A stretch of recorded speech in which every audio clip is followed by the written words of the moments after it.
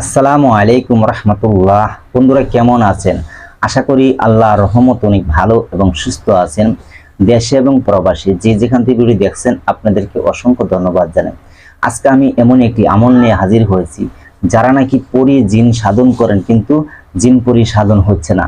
আপনি অনেক রকম আমল করেছেন কিন্তু আপনার কাছে জিন বা পরি আসে না। আর আজকে আমি যে আমলটা আপনাদের মাঝে শেয়ার করব, এটা একটি গোপন আমল, যে এটি এত পরীক্ষিত।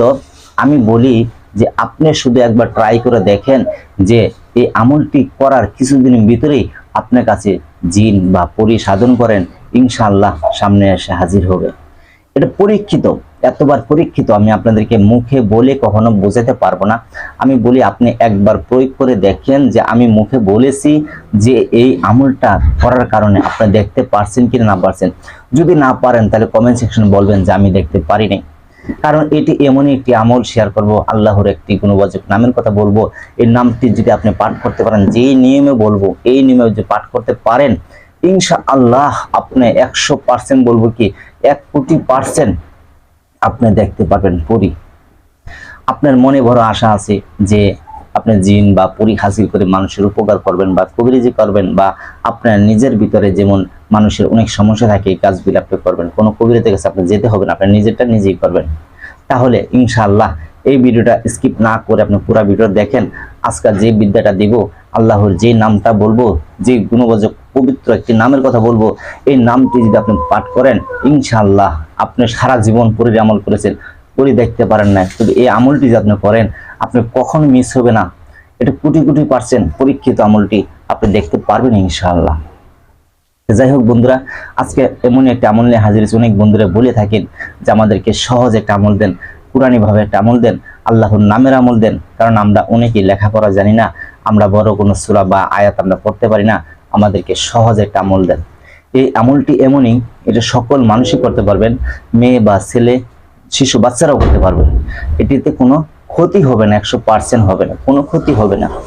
তবে যারা এই আমলটি করতে যাবেন, অবশ্যই এই আমলটি করার কোনো আপনার শরীর বন্ধ করতে হবে না, বা আপনার কোনো বেশি খাইতে হবে না, বা কিছু করতে হবে না।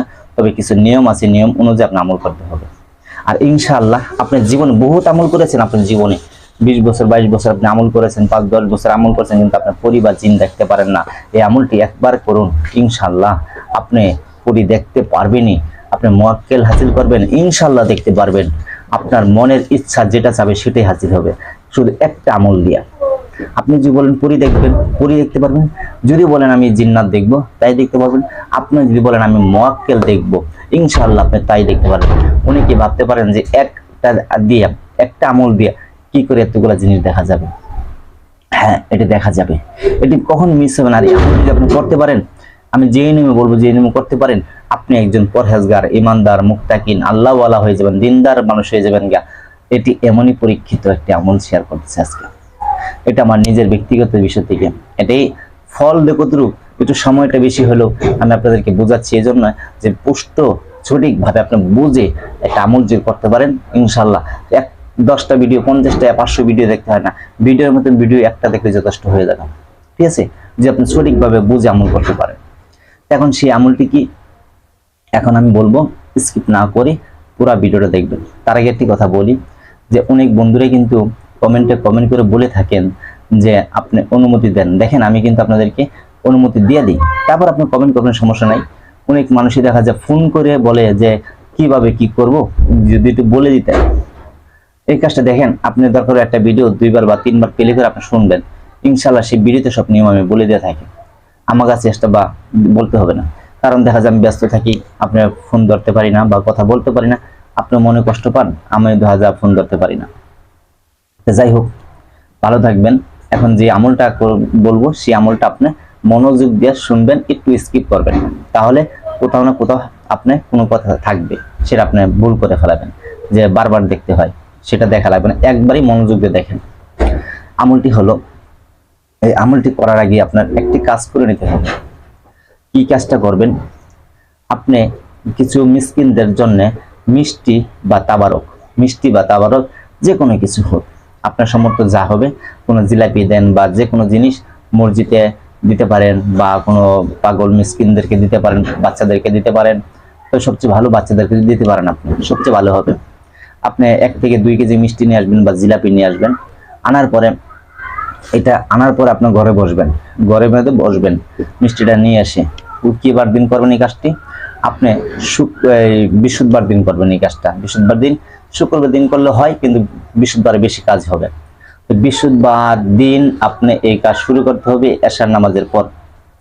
এশার নামাজের পর তো এই কাজ যখনই আপনি করতে যাবেন, করার সময় অবশ্যই তখন থেকে আপনি 5 ওয়াক্ত নামাজ পড়বেন, সত্য কথা বলবেন, হালাল খাবার খাবেন, তারপরে আমল করবেন। তা আপনি কি করবেন?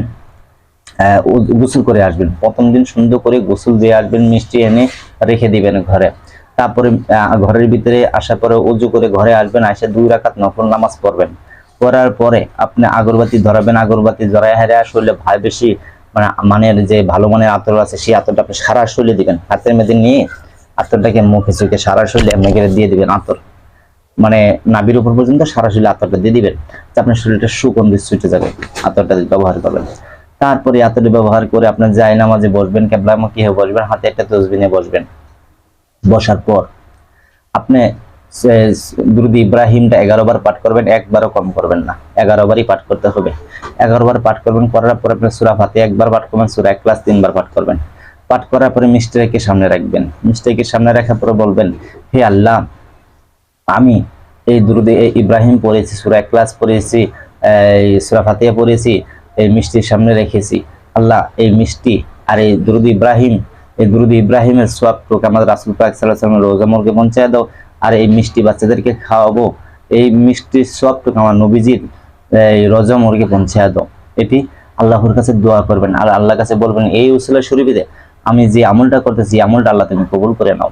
এতটুকু আপনার কাজ প্রথম করে নিতে হবে। যখন এটা সম্পন্ন হবে, মিষ্টি অবস্থায় থাকবে, আপনার সামনেই থাকবে। আপনি কি করবেন? কিবলামুখী হয়ে আপনি চক্ষুটা বন্ধ করে নেবেন।